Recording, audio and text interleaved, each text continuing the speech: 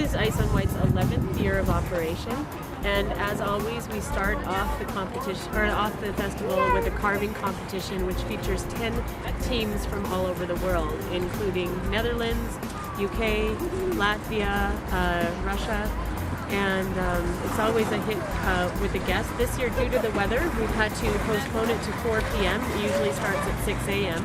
So what we'll have is we'll have the carvers working through the night. In addition to the carving competition, we've got lots going on. We've got our massive ice slide that features a special luge run that mimics the Whistler Sliding Center from the 2010 Olympics. And we've got an additional 4 slides on that giant slide.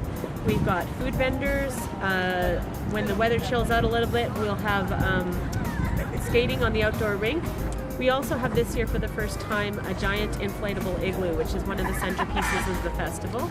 We're hosting a number of private events in the igloo, and during the day it will be home to the school programs that we run for over 1,000 children throughout the week during Ice on Whyte. We also have our closing night ceremony, which is Fire and Ice, the Fire and Ice extravaganza.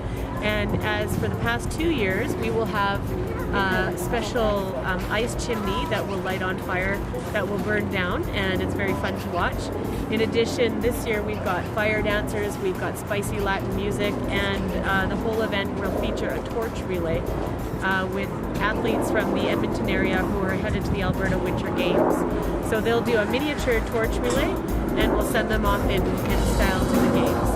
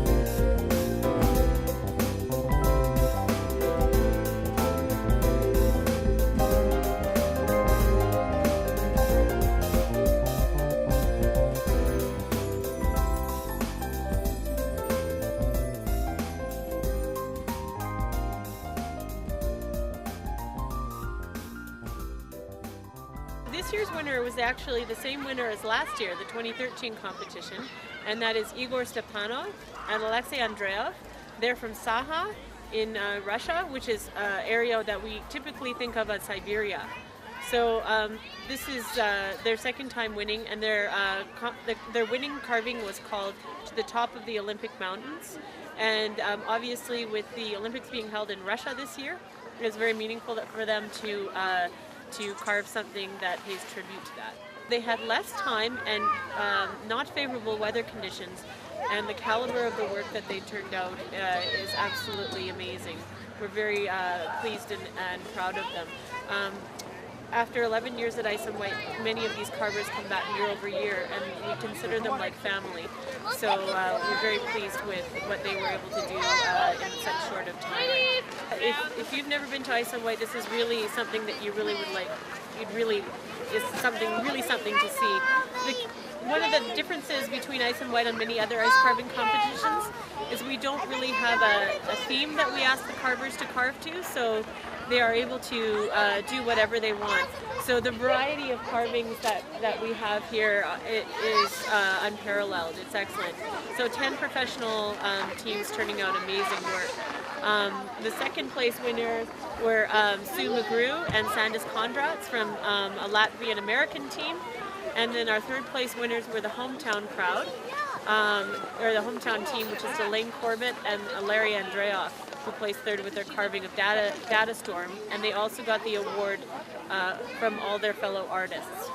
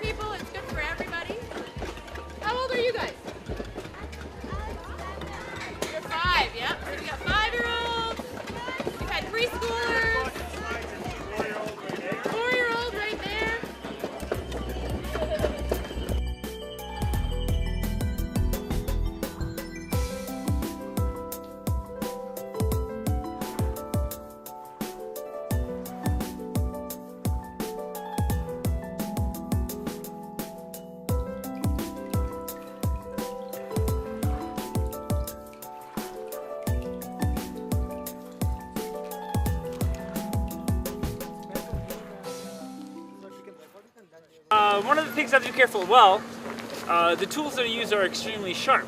So I always have to make sure that the sharp end is pointed away from me. Because yes, again with the chainsaw, as you can see here, I have to make sure that, yeah, I don't cut myself. That's one of the main things. Another one is, if I just take off too much. Also, the ice is extremely heavy. Each block of ice is about 300 pounds, so I have to be very careful about how I lift and maneuver those. Also, temperature. It's freezing out here, so I have to make sure that I regulate my body temperature. Dress very warmly, and take breaks as I need. This isn't ice that you make in your refrigerator or in your freezer. So well, essentially, like if you look at your ice cubes in the freezer, basically because all the cold is coming from the all the way around it, and it's pushing basically freezes from the outside in. And unfortunately, in almost all water, there's impurities in it, just little minerals and stuff like that. So what that does is, as it freezes, it pushes those impurities out, and you see that white spot in the middle. Those are actually the impurities that are in your water. And so, essentially, this ice, as you can see, is completely clear. And so this is actually frozen in a process that's frozen from the bottom up. And so that pushes all those impurities up to the top as it freezes. It freezes in kind of layers. And halfway through, they'll drain that water, that gunky water, and then put some fresh stuff in and keep the freezing process going.